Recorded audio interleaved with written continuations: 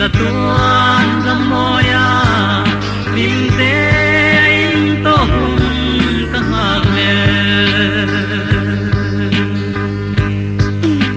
kanau tu ta ipam mai loe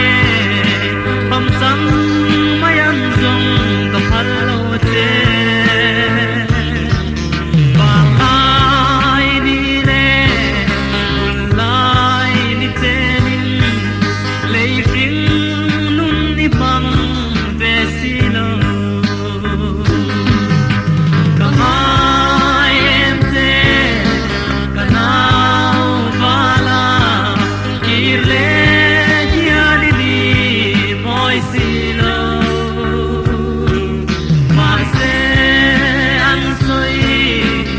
tuan ramoya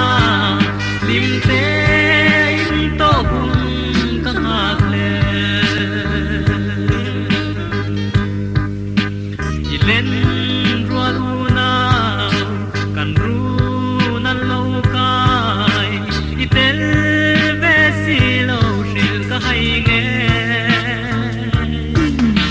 koyan nge mo ituan mai le min ngai lo ten pham chang ta ka ngai em te o ka nau vala tir le ya di moi si lo ma se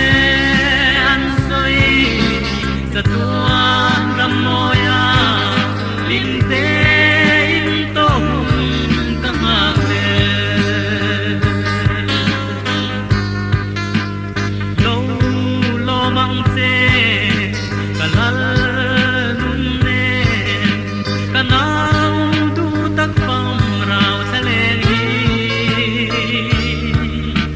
sa tua